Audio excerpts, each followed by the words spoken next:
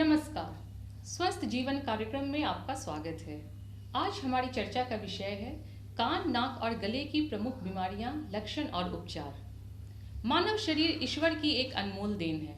ईश्वर ने हमें न केवल सोचने समझने की शक्ति दी है, बल्कि ज्ञानेंद्रियां भी दी हैं, ताकि हम आसपास की चीजों को महसूस कर सकें। हमारी प्रमुख ज्ञानेंद्रियों में कान, नाक, आंख, मुंह इत्यादि हैं। इन अंगों का हमारी रोजमर्रा की जिंदगी में भी काफी योगदान होता है। इन अंगों में से एक भी यदि रोगग्रस्त हो जाए तो हमारा जीने का ढंग ही बदल जाता है। अतः हम इन अंगों को रोगों से मुक्त कैसे रखें, आज इन्हीं सब बातों की चर्चा करने के लिए हमने अपने कार्यक्रम में आमंत्रित किया है डॉक्टर के शरण को, जो ENT स्पेशलिस्ट हैं। डॉक्टर शरण, आपका हमारे कार्यक्रम में स्वागत है। सबसे पहले हमारे दर्शकों को बताएं, कान का बहना क्या होता है और इससे बहरापन कैसे आ सकता है? धन्यवाद। कान का बहना ऐसे है कि कान के दीवार से गले में एक ट्यूब खुलती है और नाक के द्वारा जो सांस लिया जाता है वो हवा उस ट्यूब के माध्यम से कान के मध्य भाग में पहुंचता है। ये आवश्यक इसलिए है, ये वेंटिलेशन ट्यूब कहलाता है जी। आवश्यक इसलिए है कि ये जो चदरा है, जिसको टिम्पैनिक मेम्ब्रेन कहते हैं, उस पर बाहर का और इधर का प्रेशर मेंटेन करने से ही वो टेंशन में रहता है जी। और अगर फ्लैसिड हो जाएगा या लचीला हो जाएगा तो बहुत सी समस्याएं होने की। इसलिए भगवान ने जो हमको प्रोविज़न दिया है, प्रावधान दिया है, इसलिए कि इधर से जो हवा जाए और बाहर की जो हवा चदरे पर पड़े, दोनों को न्यूट्रलाइज करके एक टेंशन में रखे, उसको एक खड़ी स्थिति में रखे। और अगर वो ट्यूब किसी वजह से ब्लॉक हो जाता है, जाम हो जाता है, तो कान के अंदर का प्रेशर घट जाता है। घटने से क्या होता है कि कान का चदरा जो है सो भीतर की ओर खिंचा जाता है, जिसको रिट्रैक्शन कहते हैं। ऐसा होने से क्या होता है कि कान के अंदर में फ्लूइड जमा होना शुरू होता है, सिक्रीशन होने लगता है और ये सिक्रीशन जब स्थगित हो जाता है तो बैक्टीरिया ग्रो करना शुरू करता है। बैक्टीरिया जब ग्रो करना शुरू करता है तो मवाद मिश्रित जो सिक्रीशन है ये प्रेशर डालता है कान के चदरे पर। कान के चदरे पर प्रेशर डालने से वो चदरा बर्दाश्त नहीं कर पाता है उस प्रेशर को और कान में दर्द होने लगता है उस टाइम में, और तब जाकर के अपने से फट जाता है।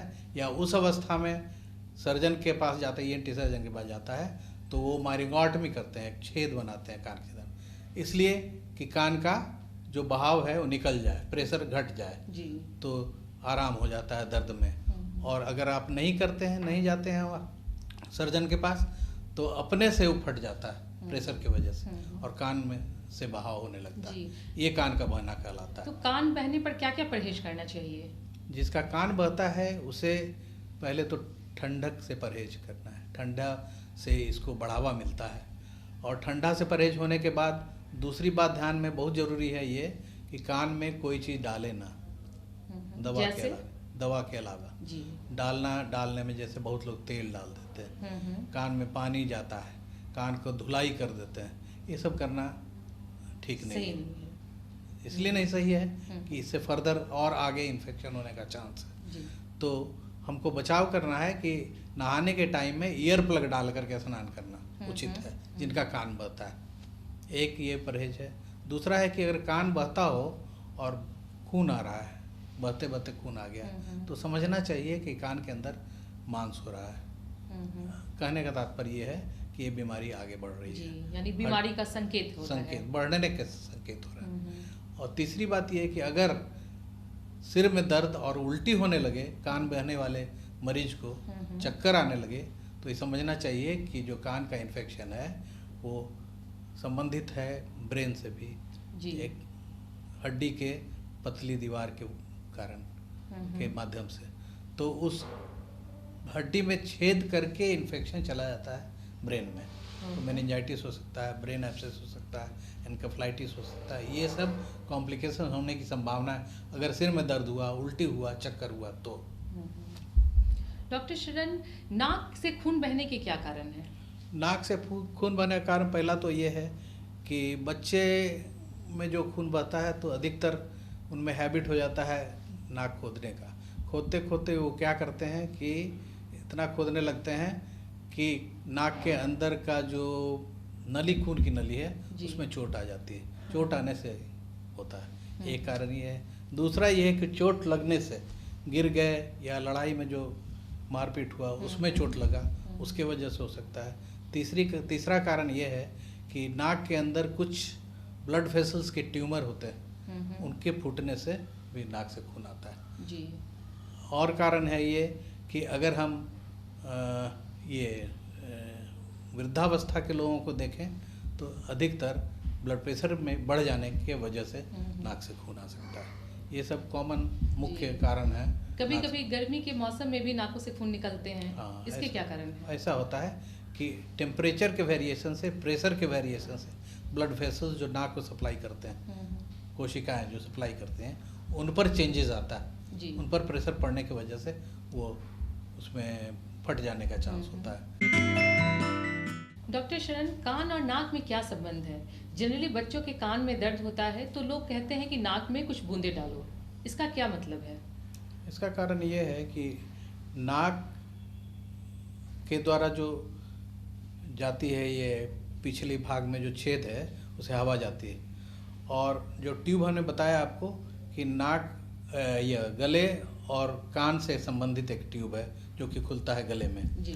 तो वहाँ पर कभी कभी ऐसा होता है कि नाक के द्वारा जो इन्फेक्शन चला गया, अगर सर्दी हुआ तो जा कर के इन्फेक्शन उस ट्यूब के द्वारा कान में चला जाता है। ऐसा होने से कान में सूजन हो जाता है जी।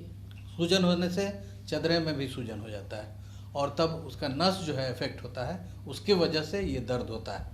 ये दर्द होने से क्या होता है कि अगर हम नाक में बूंद वाला दवा डालें तो उसके नाक जो कान और गले के बीच में जो ट्यूब है उसका छिद्र खुलता है। छिद्र खुलने से फिर हवा जाने लगता है, दवा जाने लगती है, और तब उसमें एक्शन होता है, तब सूजन कमने लगता है, इसलिए दर्द आराम हो जाता है। इसलिए उस समय नाक में दवा डालने की ये है सहूलियत होनी चाहिए। जी। दूसरी बात यह है कि बच्चों में, छोटे बच्चों में देखा गया है ये कि जो ट्यूब है बहुत छोटा होता है, मुंह उसका चौड़ा होता है और हॉरिजेंटली प्लेस्ड होता है इसके कंपैरेटिवली बड़ों के।